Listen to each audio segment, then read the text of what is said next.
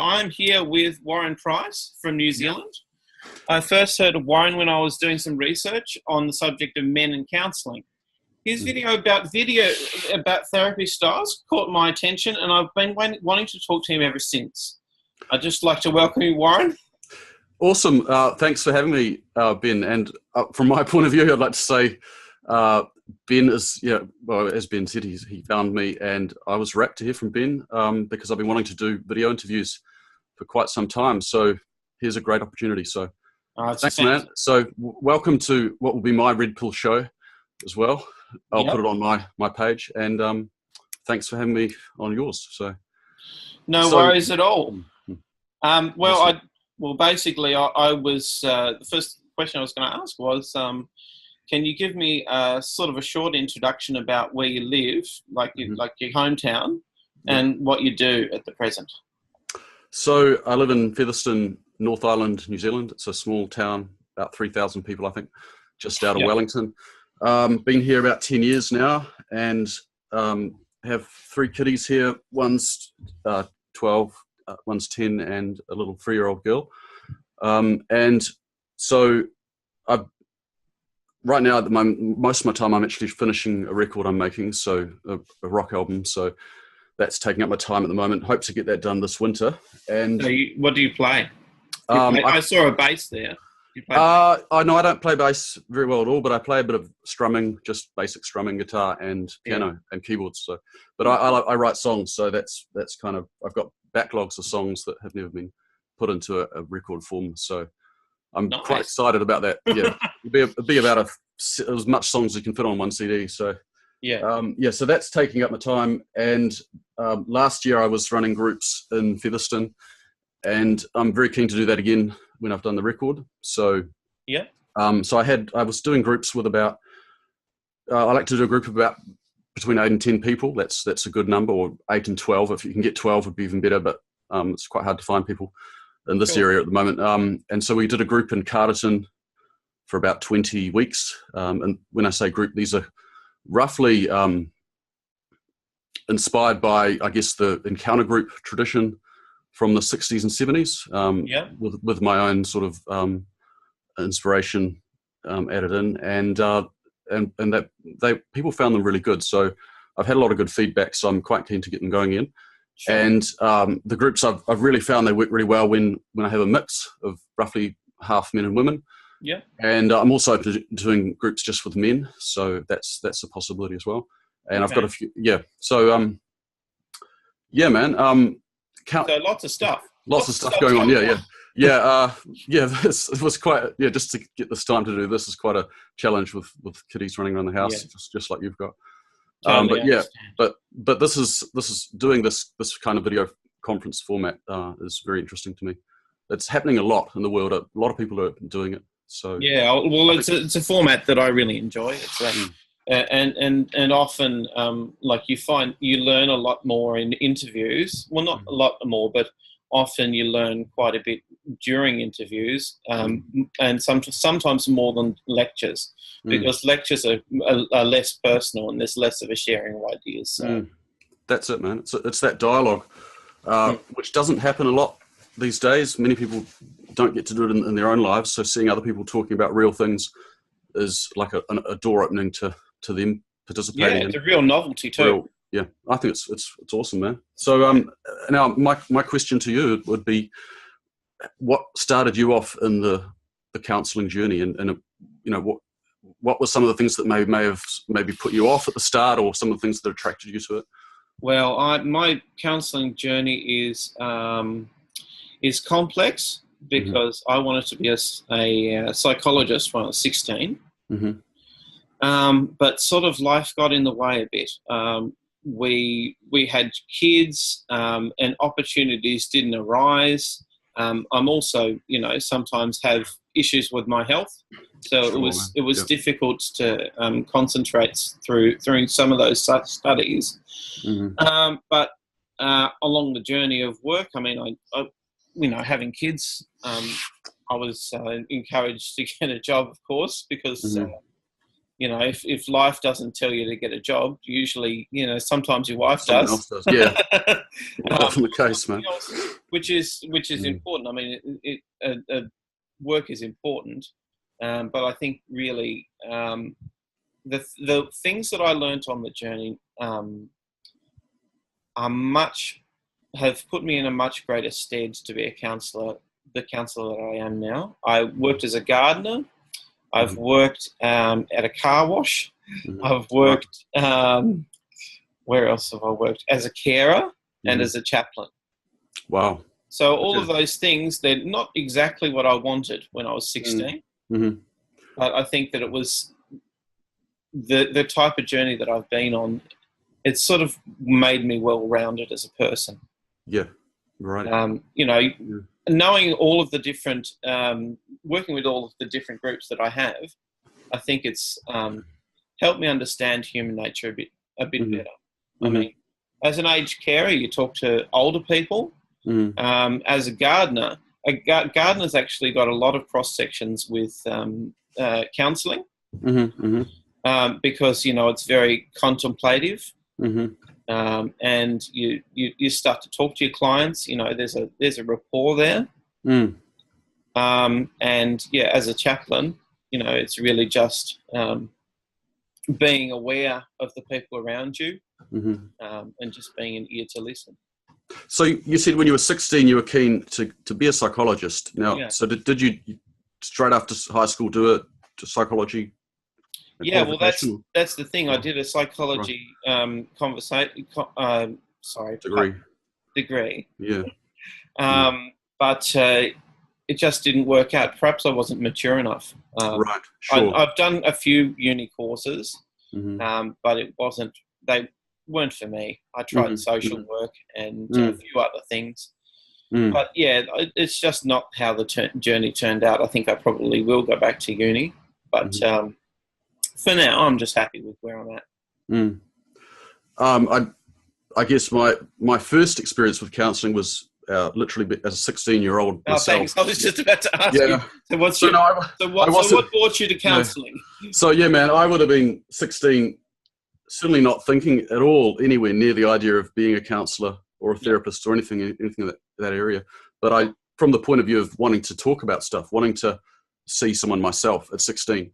And so I don't think we had a school counsellor, but I guess at that time I was very, very isolated, socially isolated, very, I don't know if depressed would be the word I'd use, but yeah, not a happy 16-year-old in any case. So I saw the dean, that was the closest we had. And he just looked at me and said, "Warren, you've got good grades. You're one of the, in maths and science. And in any case, I was one of the smarter kids, apparently, according to him. So he said, "You're doing great." Yeah. And I don't know if I cried actually, but I was very close to tears just telling him how I was actually feeling. But his kind of message to me was, "You're doing great, man. Get back out there. You don't need to come back." So I kind of, as a 16-year-old, I didn't want to disappoint this older man in my life who was kind of the only one at all actually at that point in my life. Well, my dad, difficult, strained relationship, I guess you could say. So I didn't want to disappoint this guy, so I kind of just chinned up and went back out there. But the reality was I really did need to. I've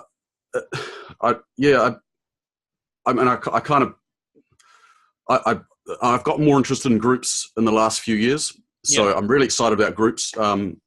If there had been a group kind of situation where you could go into things, that probably would have suited me then as well. But I had no idea about that. So one-on-one counselling probably would have been a good thing if it had been available or I'd had the opportunity. But then years later, again, many stammering attempts to try and get some counselling, but each time they usually lasted only one session. Yeah.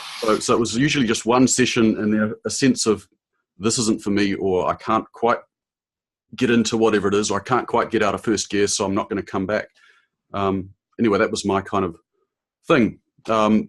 So you're saying over the years, like you've attempted counselling like quite a few times, but it's never lasted beyond like the first session, discovery session or whatever, you know. Yeah, and yet there was like what really excited me was when I went to Teachers College. I was only 22, I think at the time, 22 or 3, no 22, and I started reading the literature in the library because teaching primary kids, as they were telling us we should teach them, didn't feel quite right to me.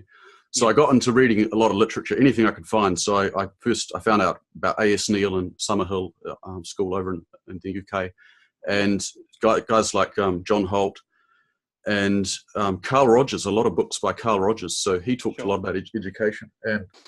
And I kept reading in Carl Rogers' books about encounter groups and Gestalt. He'd often mention the word Gestalt, and I was always puzzled what that was. But the encounter groups sounded very exciting to me as a 22-year-old. It was almost like there was this pull in me to want to do that. Sounds exciting to me.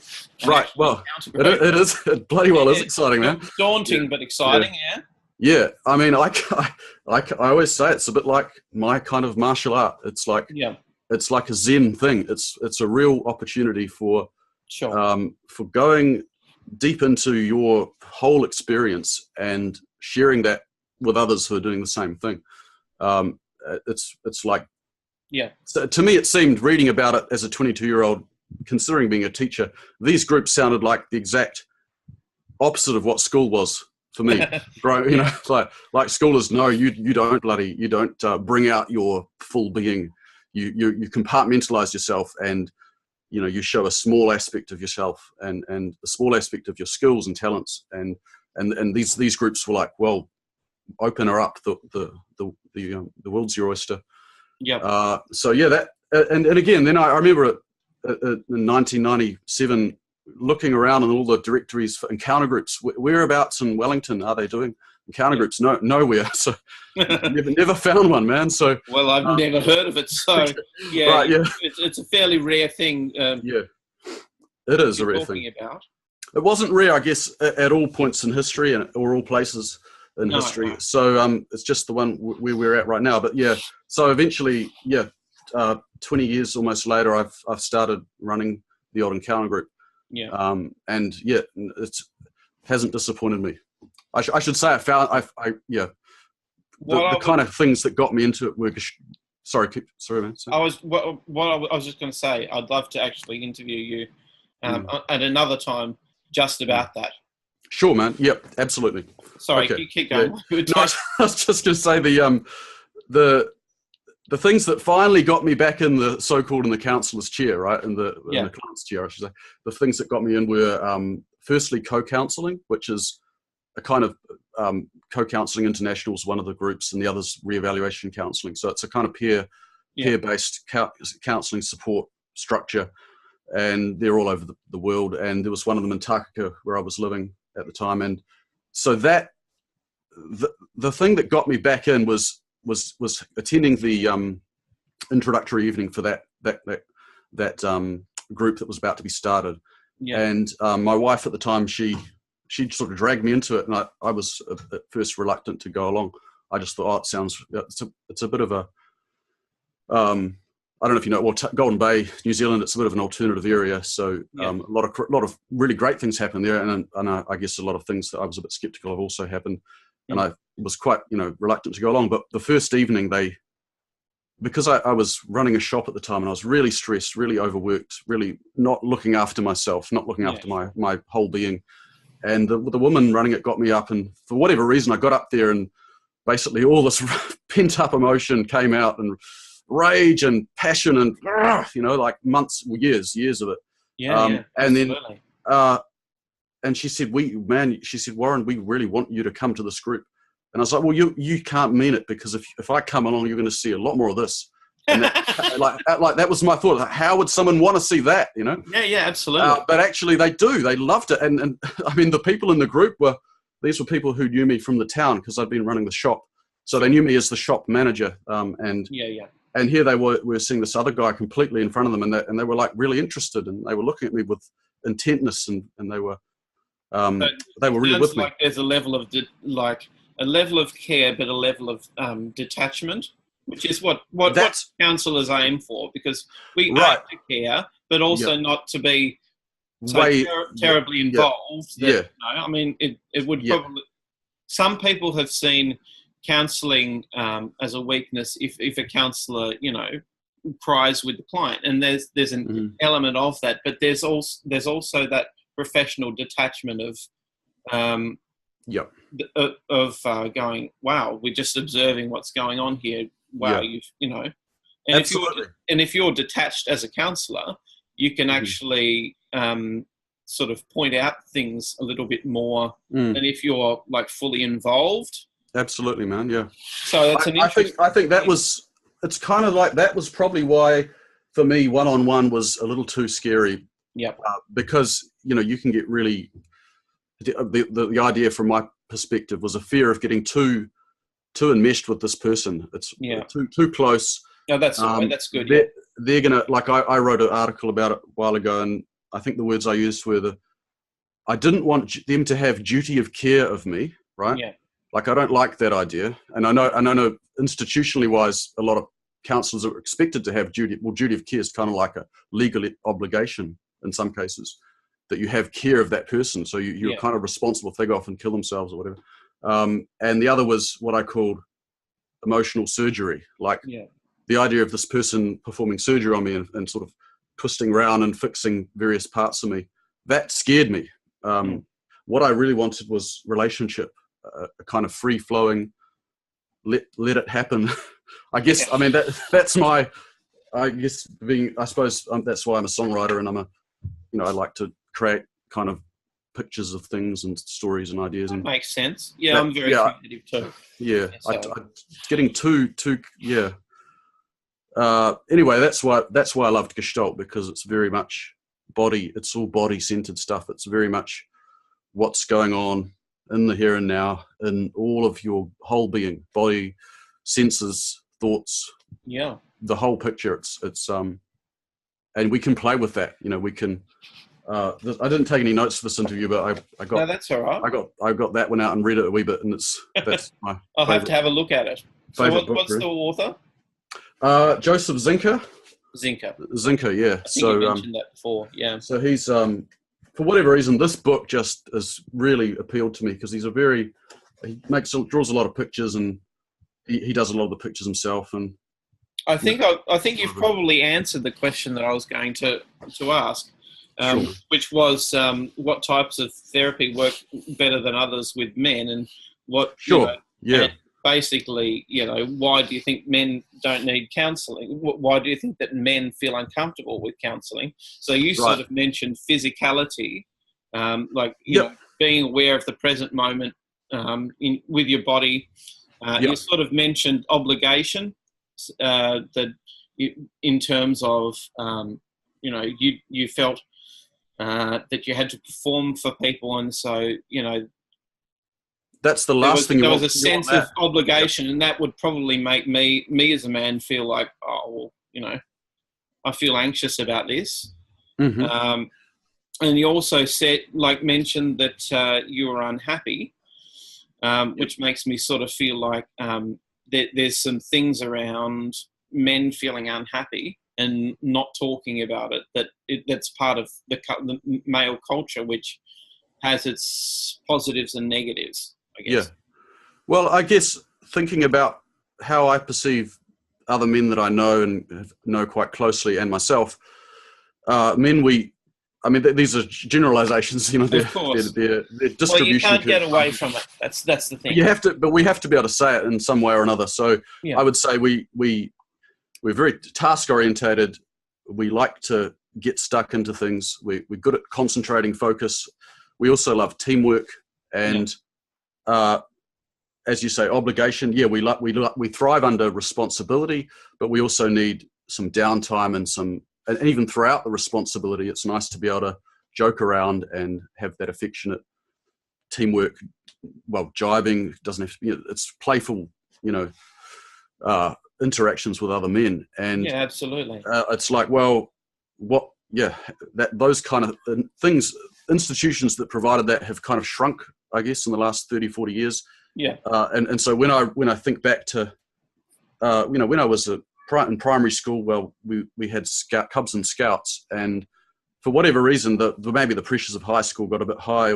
There wasn't an opportunity for that once I got to high school. So I'm kind of thinking partly at 16, I didn't have anything like that. But as in primary school, I had Cubs and Scouts, and I loved. I mean, I used to. Yeah, I was a scout. Man, I mean, it's like I always say this: none of us had fantasies of burning down the Scout Den, right? It wasn't. The Scout Den was like great, man. Man, I remember that building affectionately. It's like the smell of it, the feel of it. It's like, wow, it's just like you're there, you know. Yes. But the school, I walk in that school building and I feel crook in my body. So, and not to say that I didn't have the odd teacher who was okay at school. So I had some good times at primary school. Yeah. But yeah, overall, the kind of the experience that boys need is overall slightly different to what girls need, and well, it's kind of shriveled up. A lot of that's shriveled up and gone. Yeah. And so but the obligation's still there. I mean, the expectation on men to provide and all these other things, the responsibilities expected of men is if anything, it's grown. I mean, things are tough out on the ground in a lot of parts of the Western world. Home ownership rates are dropping. People are living in their cars. So obviously the economic system means that men are more pushed to be able to provide in that area than they were when things were running a bit better in that place. For sure. And I really do take what you're saying about, Scouts and other things like that, even youth groups, I suppose, being social institutions that men could grow up in and grow up around. But some place for boys to kind of excel at being boys and young men, and those are the things that kind of disappeared. And anyway, so your original question was about counselling and how that can attract men, or how that can push men away, or what kind of counselling. I know Paul Elam and Peter Wright, I believe, they wrote an article on A Voice for Men about narrative therapy for men, and I thought that was quite good. I'm sure a lot of the ways that things they were talking about were great. Even just the chance to see a male counsellor for a man is something that's probably quite difficult. I mean, most counsellors are women, probably. Yes. In most parts of the Western world. For sure. That's my understanding. So, but then again, even seeing a male, like going off into a room one-on-one with another man, that is a little uncomfortable for a lot of guys. And yeah, it was for me, mainly because of those two things, feeling like they have this responsibility to fix me. And I then have this big responsibility to sort of be fixed and successfully fix myself in front of them. Yeah. And having had, I guess, a lot of my original difficulties in relationship were due to difficult relationships with my parents. So strained relationships with each of my parents. So, and they're one-on-one relationships. So the whole format of one-on-one was a precarious engagement for me. Yeah. So that, I guess that's why the group idea appealed to me as a young man. And of course, having had good times in groups like the Scout groups, I had, and not just the Scout groups, also just being with other boys, like going camping. Yeah, I've got a room. I can shut the door. You're in the lounge there, man. Oh, it's okay. No? It's fine. I have my son is here, and I just want him to turn the sound down on what he's doing. That's all. Right. Oh, fair enough. Yeah, sorry about that. No worries. So I was going to say, going camping, and I did do this. Nothing like the smell of. There was nothing like it, man. Coming out of the tent. Yeah. Smelling the actual. Going to the loo and just smelling being around nature. Yeah, man. And being the leftover, being cool with it, Yeah. The ash from the fire the previous night and the smouldering eel remains in the bottom of the fire. There's like, it's primal, man. It's just, it's like, 13 other kids you're the same age that are all look grumpy because, it's a cold morning and, Yeah. And we built tree forts. We tried to dig holes under the ground, and we made little huts in the bush, and I mean anything we could invent or imagine, we did. And so I have these memories of friendship, you know, and again, mainly, well, they carried on into high school a little bit, but but it was all, I mean, it was great. But like I say, the Scouts thing, there was some older males around as well. Like there was some sense of hierarchy, and I always say this: boys like hierarchy. It's not a bad thing. It's especially men and boys like it. We like to have this feeling of structure and feeling like, well, we've got some role to play. We may be down here in the hierarchy, but we can move up and take more responsibility on as we prove ourselves. So we like to prove ourselves, and we like to be part of this system of some predictability and stability. And so again, just having us mates hanging around, getting up to mischief. Usually, eventually in our teenage years, it became more mischief in many ways than structure, you know? So we were doing things we shouldn't be doing. And a large thing was, no structure at all. Nothing. I mean, I didn't like rugby because for whatever reason, it just seemed a crazy sport to me. But I liked rowing, but but there was no rowing, you know, club at school, or, you know, so again, it's just, these are things that men kind of like, and I think we've destroyed a lot of those institutions. And so if we're going to get men into counselling, I kind of think, you know, something along these lines. Where they're actually, something where men perhaps are doing an activity like, you know.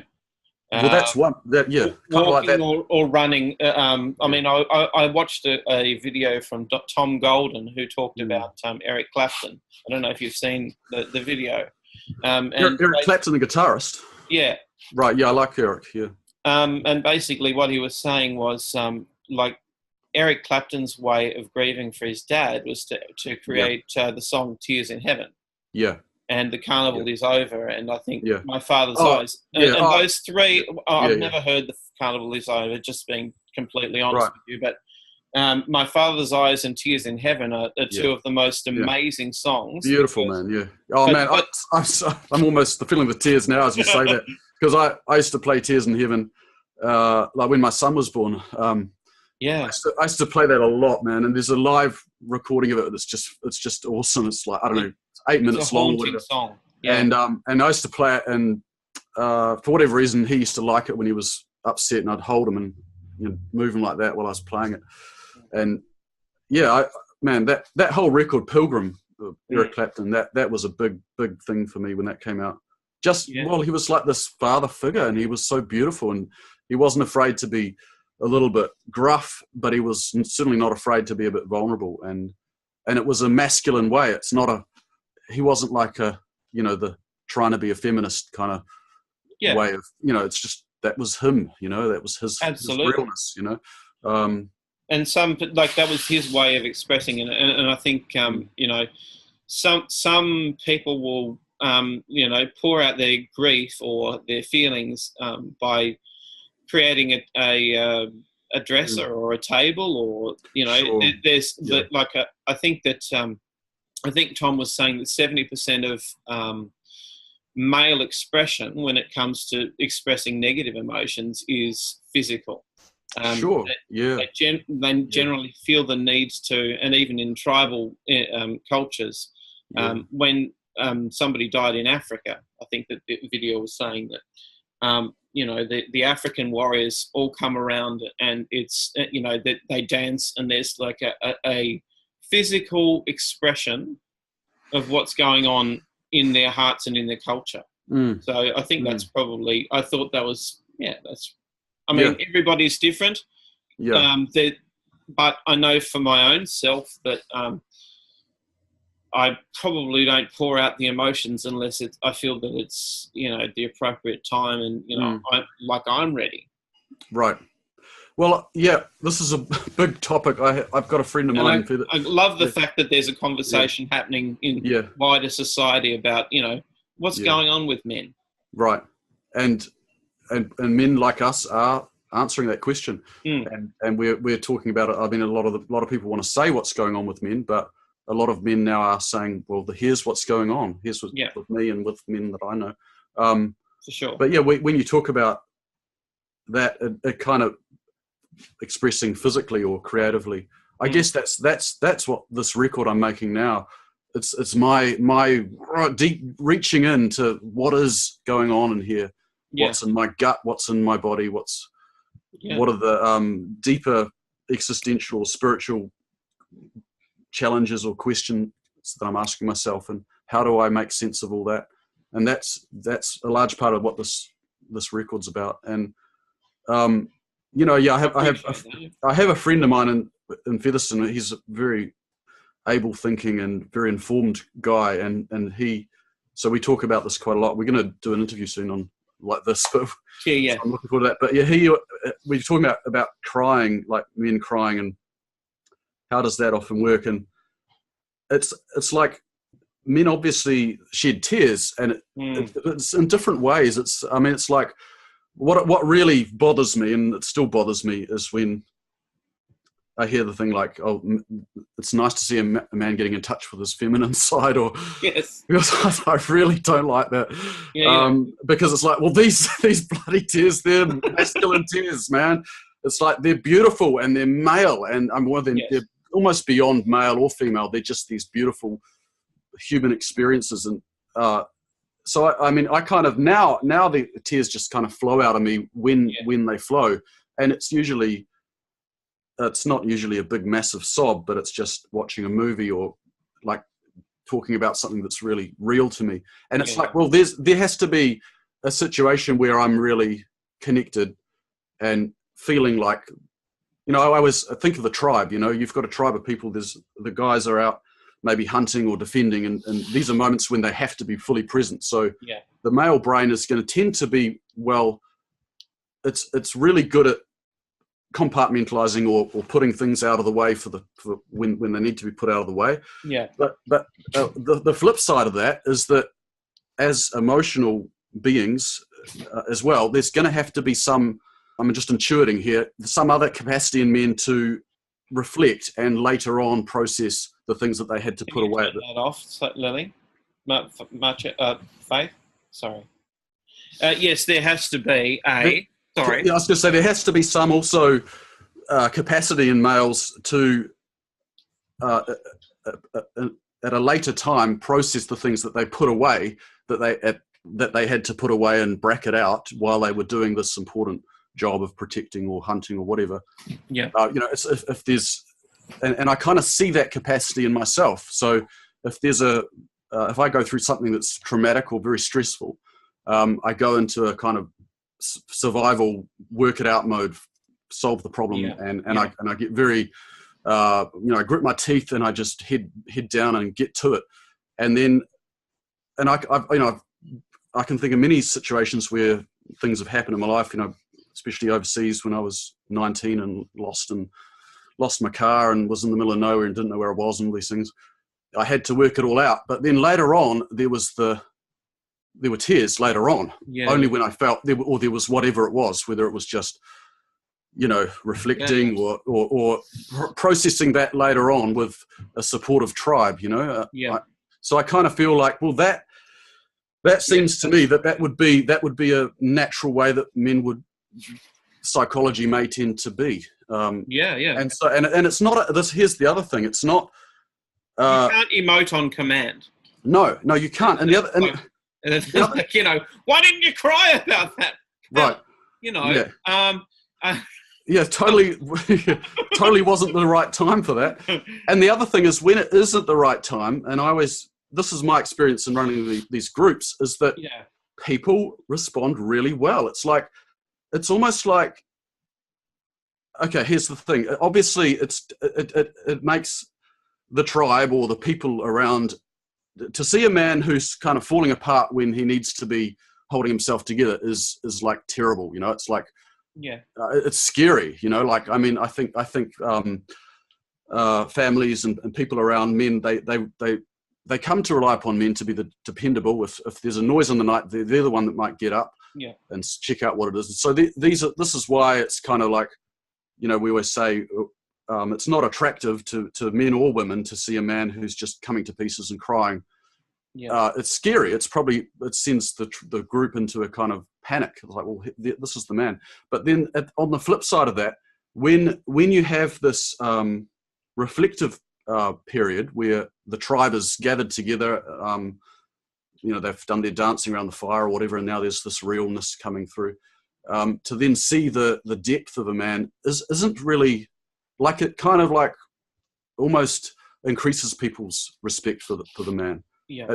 And that's what I've seen in the groups. Like especially when an older male, like who's been coming to the groups for a long time, and one guy was, he came for all 20 sessions, and then at the last probably 2 sessions before the group was going to disband, he got really deep, and we saw his real grief. We saw this real deep aspect of him, and everyone was just like, we just couldn't get enough of it, man. It was just so beautiful. It was like, and the other guys in the group, they said it was like, we just hungered to know more from this man. We were so interested, so touched, and it's a bit like watching Eric play Tears in Heaven, like if you think about it, when Eric's doing that's the kind of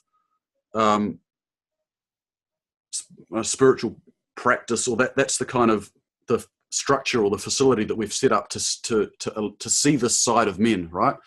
This vulnerable, beautiful, deep side that men express through creativity or through whatever, through their art, and we loved that, It's the funnel. Right. The funnel. It's the perspective from which we can, view masculine pain and suffering, Sure. Yeah. So, it's I really like what you're saying in terms of it, how we, and especially you've got men and women in groups, we should be trying to, I believe, go back to complementarity between the sexes. Like, absolutely. okay, men and women are equal. We can agree to that, but we need to get to a place where your differences help me understand me, and my differences help me understand you. Sure. That way, I'm starting to pick up on, I think that's probably what you're trying to say about the Gestalt. That's what the foreground is and what the background is. Yep. And it's like, well, throughout history, we've had different traditions that attempted to paint those pictures, those archetype kind of pictures of what men, how they exist in the world and the roles that they play and the strengths and the vulnerabilities, and likewise with women. So we have those archetypes and those symbols, and I guess we're trying to rebuild them and paint pictures to each other. And there's a million ways this can happen, but one way that I've seen happen is in the kind of group format. And Gestalt is quite a good, I think it's a really useful toolkit. I would say it's like a toolkit to try and help us find ways to get to the underlying truth, or the deeper truth. So it's a bit like there's a lot of metaphor and a lot of creativity, a lot of Gestalt kind of welcomes anything into what you can do anything. It's kind of exploratory way of being, and different various toolkits to try and bring you into a balanced attention of the whole picture. The whole picture of the field around you, the people around you, your situation, your body, your whole life picture. Your psyche. I think that's an extraordinarily helpful way of looking at things, because most people, especially if you're actually going to counselling, they don't know what their place is in the world. No. They just go, oh, I just feel sad and alone, and I can't really isolate that feeling. I can't tell you why, and where I fit. Yeah. Well, I think, I can't remember, Eric Fromm or Aldous Huxley, I once read, we are more like a wolf or a small group social animal than we are like a bee or a ant. Hey there, g'day. Yes. So we're more like a deeply social animal than we are an animal or being that just is part of a massive group that doesn't have deep relationships with the ones around it, right? Like an ant. An ant doesn't know the other ant next to it, or the bee doesn't know the other bee, but the wolf and they all know each other. So, but we've moved. Society has kind of pushed us into the living a bit like more like ants or bees, and so we kind of need to have some tradition to bring back the connection and the relationships and some form of. A wolf is certainly an ironic metaphor because there's a whole thing of lone wolf syndrome. But I actually heard from a teacher when we were at school, well, that they're pack animals, and we really do. I think what you're saying is true. We really do need each other. Yeah, and we love each other. I mean, that's what I found in the groups is that, without sounding all corny or whatever, a large part of what these groups I'm wanting to do is we get together and like see each other, and another way of saying see each other is love each other, right? I mean, it's, well, what is love? I always have this conversation with my wife. What actually is love? It's like, if love is this word that we've tossed around over the years, and it's kind of lost. If you really break it down, it's like this deep seeing and appreciating yourself and the other, and it's like you're celebrating each other, and it's like I rejoice in the fact that you exist, and I exist, and I'm seeing you existing, and you're seeing me existing, and it's really exciting.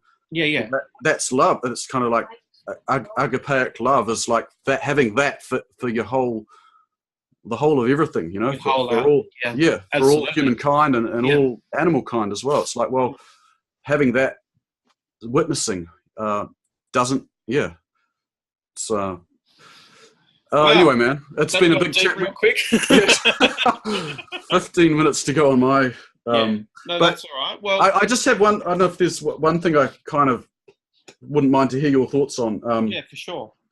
Because I see this a lot, we hear about this thing like safe space culture, right? Or safe spaces in universities where people have to go and feel safe. Well, a lot of people kind of throw around, snowflakes, they shouldn't be, they should harden up and all that. I kind of, my thoughts are that there's a legitimate drive behind that, like there is something there, and it's not like, that's not the solution just to say, let's shield each other off from the world and make a safe place that you'll never get challenged within this space. But there is this, I kind of imagine all these young people floating around, and they've probably never had a real attached sense of connection in their life, that for sure, especially when they were young and sent off to daycare and so on. And then probably the way that society's kind of tried to compensate for that has been to go too far the other way, and then get too anxious about these youngsters growing up, and then that creates another form of anxiety, and then they're kind of like, I don't like the term child-centered, because it's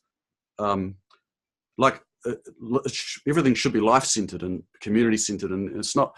But we've become, the idea of risk is, it's something that no one wants to take a risk.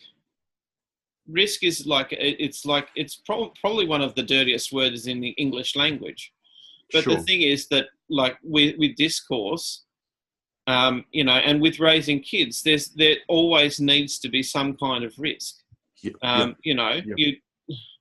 Otherwise, how do you learn? It's and I understand why that they have safe spaces, and I understand why some people are a bit more, well, let's just say emotionally fragile. But it comes from that place that we have in society of trying to avoid risk, but there actually has to be some risk. Even if you're just a general person going to counselling, you need to take some risks to actually grow.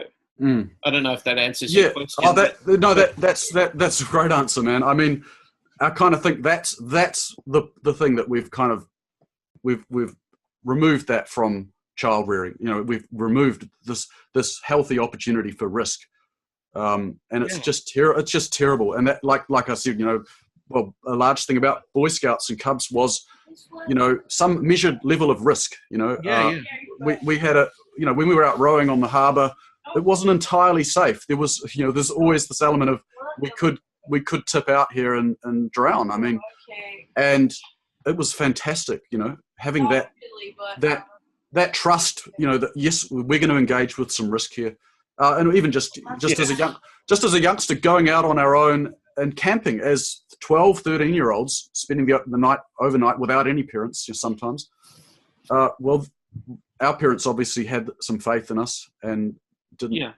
So it's kind of like, well, there's two things. There's, if we can give a level of connection that's real, like we talked about before, like love that's real, celebrating of the other, you know. Yeah. Obviously, kids need that, and so what I'm seeing with a lot of the, you know, safe space scenarios is that these are people that never really maybe were loved in that sense, or didn't feel like they were really celebrated. Instead, they were more worried about, you know. Yeah. And so well, fretfulness begets fretfulness, I suppose. Because they've been fretted over, and so they don't have that internal sense of security. Yeah. It's like, well, yeah, if my parents aren't panicking about me, maybe I don't need to panic about myself. And you know, that kind of works. It's like, I mean, my son is 12, and now they go out cycling a lot of boys in the neighborhood, and they just it's great because I kind of I wanted this to happen, but it wasn't happening. Yeah. So I encouraged them to, like, well, you're good on your bike. How about you and, you know, you just go and bike around and ask so-and-so to come out biking. And so they've started doing this now, and it's probably it doesn't happen as much as it did back in my day. As it could, but yeah. But it's good to see it happening. It really between is. This group of kids. So it's really heartening. I mean, what my son Elijah, he actually was climbing on a roof. He was climbing on the shed roof, and like every instinct in me said, "Don't let your kid climb the roof." And I thought, you know, that like docs and, you know, like, which is the Child Protective Services here. And I thought, you know, that's dangerous and all that sort of stuff. But then part of me, the more observant part of myself came to the fore, and I said to Elijah, I said, you can walk on the shed, but you need to walk on where the rivets are, because that's the strongest part of the shed. Yeah. So, good. You know, you're actually probably going to take a risk here, and I'm not a big risk taker. Yeah. It's strange that our conversations morphed into this. But yeah, like, and so I said, you can do that. You need to walk on the rivets so that you're safe.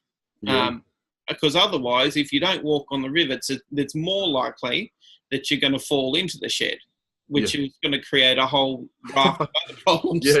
Depending on what you land on. Yeah. And I think that's a mature thing to do as a parent, to actually realise, because I work sometimes with parents as well,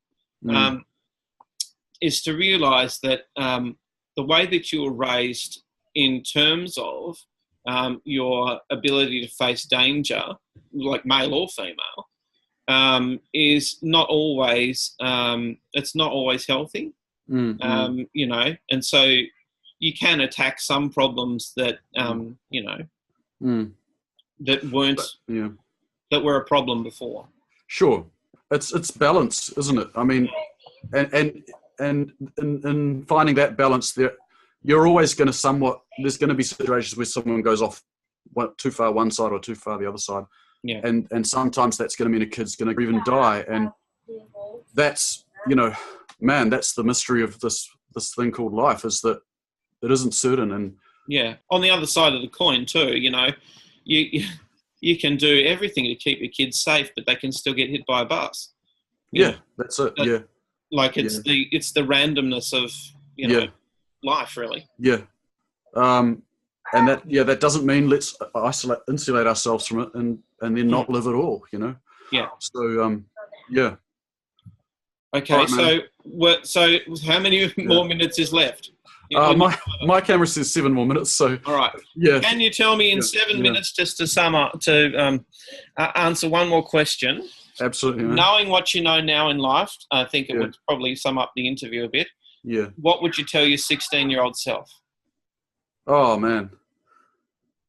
Whew. On the spot. Well, and here come the emotions. I was just thinking this we were meant to be interviewing. I thought we were going to interview each other, but I'm in the spot here now. So it's a little bit more like I'm being interviewed than you are.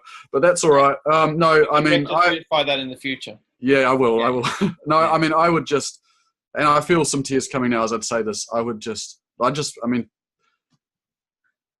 if I could say anything to that man, I'd say I want to see you. I want to know you. Yep. I'm just so interested in you. Yeah. You're just so amazing, so beautiful, and you're gonna do some amazing things, young man. I saw a movie. I don't often see a good movie, but every now and then I see one that kind of surprises me. Yeah. And I'd like to make a list actually of all the good movies, because some people say, "Oh, what's a good movie that doesn't portray men as complete idiots or assholes?" Yes, yes. This is one that I thought was quite good. It wasn't perfect, but it was quite good. It was called Labor Day, and it's a story of him. Have you seen that one? Maybe. No, I haven't. Okay, it's a story of a guy who's a convict, and he's kind of fell into one of the typical pitfalls that a lot of men fall into, which is to kind of pedestal his wife or partner and run around enabling all of her worst, most narcissistic qualities to become even worse.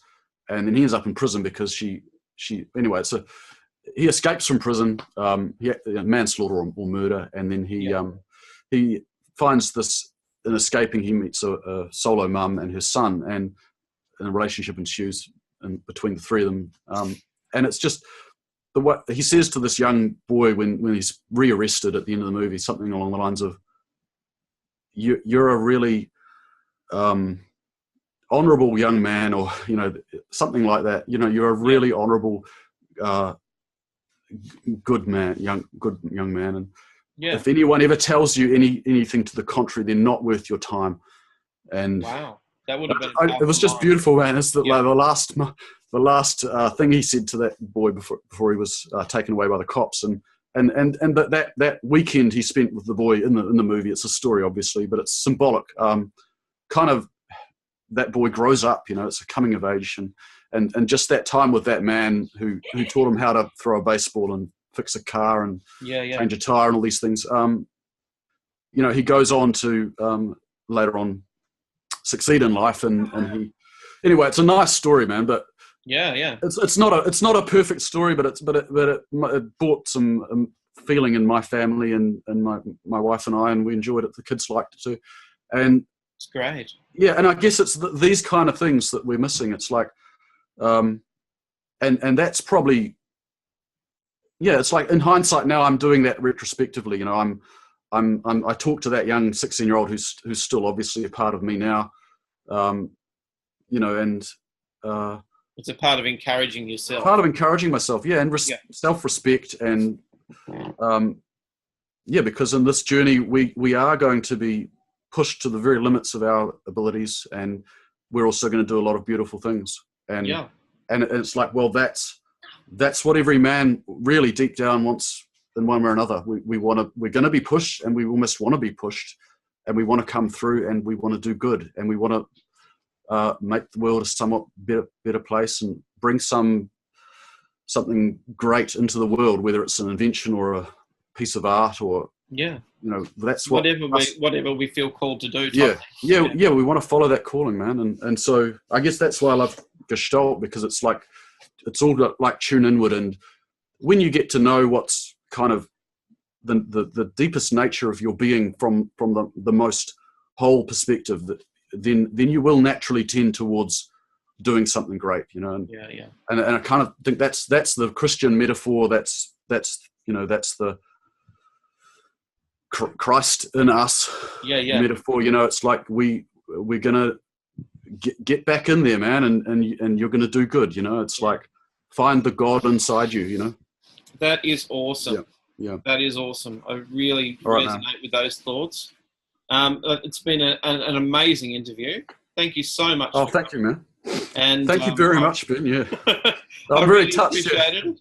Yeah, I do too. Right, well, next time I'm going to actually try, like, purposefully to sit back a bit and let you be have the reins. But yeah, I thought I had the reins anyway, man. But you gave me plenty of reins today, man. But Yeah. you know, thank you very much, Ben. Yeah, lost for words. I've, as I say, been wanting to do this for months now. I sort of don't feel like there's much of a these conversations are happening between people like Jordan Peterson and Russell Brand and all that. But what about down here? You know, Australia, New Zealand, not much going on, but there is, man. Right now there is. So let's. Oh, there totally is. Yeah. Okay. Thank you very much, Ben. Have a great day, mate. You too. All right. Bye bye. See ya. See you, man.